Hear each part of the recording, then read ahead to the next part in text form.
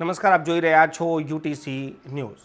લોકસભાની ચૂંટણી 2024 ગુજરાતની 26 બેઠક ભારતીય જનતા પાર્ટી જીતતી આવી છે.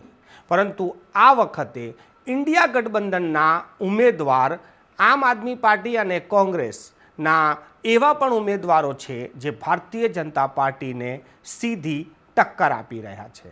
ભારતીય જનતા પાર્ટી ચૂંટણી પહેલાં દરેક સીટ 5 લાખથી પણ વધુ વોટથી જીતવાના દાવાઓ કરી રહી છે. સ્વાભાવિક છે કે ભારતીય જનતા પાર્ટીએ આની તૈયારીઓ પાછલા 5 વર્ષથી કરી રહી છે. એક બૂથ લેવલ પર તેમની તૈયારી છે. તેથી જ ભારતીય જનતા પાર્ટીના પ્રદેશ અધ્યક્ષ CR પાટીલ એવો દાવો કરે છે કે વડોદરા તો 10 લાખથી પણ વધુ વોટથી જીતી શકાય છે. ગુજરાતની તમામ બેઠકો 5 લાખથી વધુ વોટથી જીતવાના દાવા વચ્ચે આ વખતે જે સમીકરણ બની રહ્યા છે, ઇન્ડિયા ગઠબંધન બન્યા બાદ આમ આદમી પાર્ટી અને કોંગ્રેસ સાથે મળીને ચૂંટણી લડી રહ્યા છે, ત્યારે એવી ઘણી બેઠકો છે જ્યાં ભારતીય જનતા પાર્ટીને ખૂબ મહેનત કરવી પડશે. અને એમાં પણ એક સીટ એવી છે જે ખૂબ જ કાંટે કી ટક્કરની જેમ જોવાઈ રહી છે. આ ભારતીય જનતા પાર્ટીનો વિશ્વાસ કે તેમના સાંસદ પાછલા 6 વખતથી ત્યાંથી ચૂંટાઈ આવ્યા છે, મનસુખ વસાવા. ત્યારે બીજી તરફ આમ આદમી પાર્ટીનો જનૂન યુવા ચહેરો ચેતર વસાવા, આ સીધી ટક્કર ભરૂચમાં દેખાઈ રહી છે. આજે ચેતર વસાવા જ્યારે પોતાનું ફોર્મ ભરવા ગયા ત્યારે તેમની સાથે જોડાયેલા તેમના સમર્થકો અને કાર્યકર્તાઓનો જે જનૂન હતો, જે વાઇબ્રેશન પેદા થઈ રહ્યા હતા, તે બતાવે છે કે આ સીટ પર હવે કાંટે કી ટક્કર જોવામાં આવશે. ભરૂચ બેઠક એક સામાન્ય રીતે ચૂંટણી નહીં યોજાય, પરંતુ આ બેઠક પર કંઈક ખાસ થવા જઈ રહ્યું છે. જુઓ આ એક વિડીયો, જ્યારે ચેતર વસાવા ફોર્મ ભરવા જવાની તૈયારી કરી રહ્યા હતા ત્યારે તાંસા વગાડનારા કેવા સૂરમાં અને કેવા તાલમાં એ વાતાવરણમાં એક ઉર્જા વધાવી રહ્યા હતા. સાંભળો આ વિડીયો.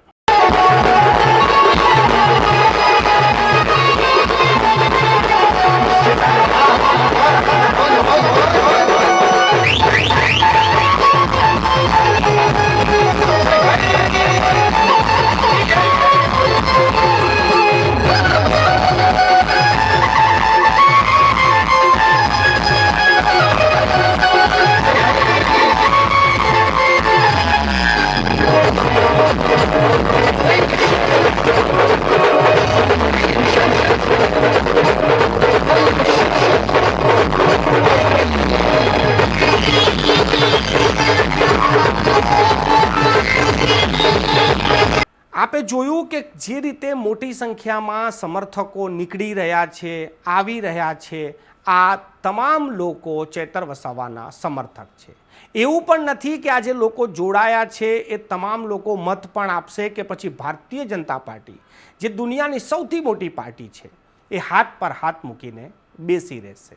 ભારતીય જનતા પાર્ટીએ પણ બૂથ લેવલની તૈયારી કરી છે. મનસુખ વસાવાએ પણ જ્યારે ફોર્મ ભરવા નીકળ્યા હતા ત્યારે પણ મોટી સંખ્યામાં કાર્યકર્તાઓ જોડાયા હતા. પરંતુ આ ભરૂચની બેઠક વિશેષ એટલા માટે પણ બની ગઈ છે કે ચેતર વસાવા જેલ જઈને પાછા આવ્યા છે. તેમના પાર્ટીના સંયોજક એટલે કે સુપ્રીમો જેલમાં છે. અને હવે આ ચૂંટણીમાં મુદ્દો પણ એ જ છે કે જે લોકોએ જેલ મોકલાયા છે તેનો જવાબ વોટથી આપવાનો છે. ચેતર વસાવાના સૂર આજે ખૂબ જ બદલાયેલા જોવા મળ્યા હતા. સૌથી પહેલાં તો ચેતર વસાવાએ જેલના બદલે વોટની વાત કરી અને અચાનક જ ચેતર વસાવા સમર્થકોનો સમર્થન જોઈને જે રીતે હિન્દીમાં બોલ્યા છે કે ચેતર ઝુકેગા નહીં અને करारा जवाब मिलेगा. આ ફિલ્મી ડાયલોગ બોલ્યા બાદ તેમના કાર્યકર્તાઓમાં એક અલગ જ ઉત્સાહ પણ જોવાઈ રહ્યો હતો. પરંતુ આ ચૂંટણી છે અને આ ચૂંટણીમાં સમર્થકોનો સાથ ભીડ ભેગી થવી અને એ પરિણામમાં બદલાવ આવે તેવા સમીકરણ લગભગ બનતા નથી. સાંભળો ચૈતર વસાવા આજે શું બોલ્યા. હવે આપણી પાસે 15 દિવસ છે, ત્યારે બધા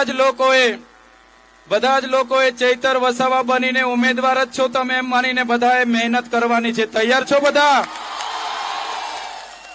આપણી મધ્ય દિલ્હીના મુખ્યમંત્રી શ્રી અરવિંદ કેજરીવાલજી આવવાના હતા, પણ એમને ખોટી રીતે જેલમાં પૂરવામાં આવ્યા છે. ત્યારે આપણે જેલનો જવાબ આ વખતે મતથી લેવાનો છે. મતથી. ભરૂચ લોકસભામાં મને અને મારા પરિવારને જેટલી હેરાનગતિ થઈ છે એનો જવાબ પણ આપણે મતથી લેવાનો છે. મતથી. મોંઘવારી એટલી વધી છે, બેરોજગારી એટલી વધી છે, ભ્રષ્ટાચાર એટલો વધ્યો છે, એનો જવાબ આપણે મતથી લેવાનો છે. આપણને કોરોનામાં હેરાનગતિ થઈ છે, નોટબંધીમાં હેરાનગતિ થઈ છે, નર્મદાના પૂરમાં હેરાનગતિ થઈ છે, એનો બદલો આ મતથી આપણે લેવાનો છે. આપણી જમીનો જીઆઈડીસીઓમાં ગઈ છે, આપણી જમીનો નેશનલ હાઈવેમાં ગઈ છે, નહેરોમાં ગઈ છે, રેલવેમાં ગઈ છે, અને આપણને એનું વળતર નથી મળ્યું. એનો બદલો આ લોકસભામાં લેવાનો છે. ત્યારે મેં જેલમાં હતો અને આ લોકસભાના ઉમેદવાર મનસુખ દાદા કહેતા હતા ચૈતરભાઈને તો હવે જેલમાં મોકલી દીધા છે, આ લોકસભા અમે રમતા રમતા જીતવાના છે. ત્યારે આજે ભરૂચની ધરતીમાં તુમકો કા લગતા થા નહીં લौटेंगे, गलत जब तक तोड़ेंगे नहीं तब तक छोड़ेंगे नहीं. हमको क्या अंडू पंडू गंडू झंडू समझ के रखा है क्या? ये चैतर वसावा है, कभी झुकेगा नहीं. करारा जवाब मिलेगा, करारा जवाब. આપ જોઈ શકો છો કે ચૈતર વસાવા પણ આજે બેફામ વાણી વિલાસ કર્યો છે.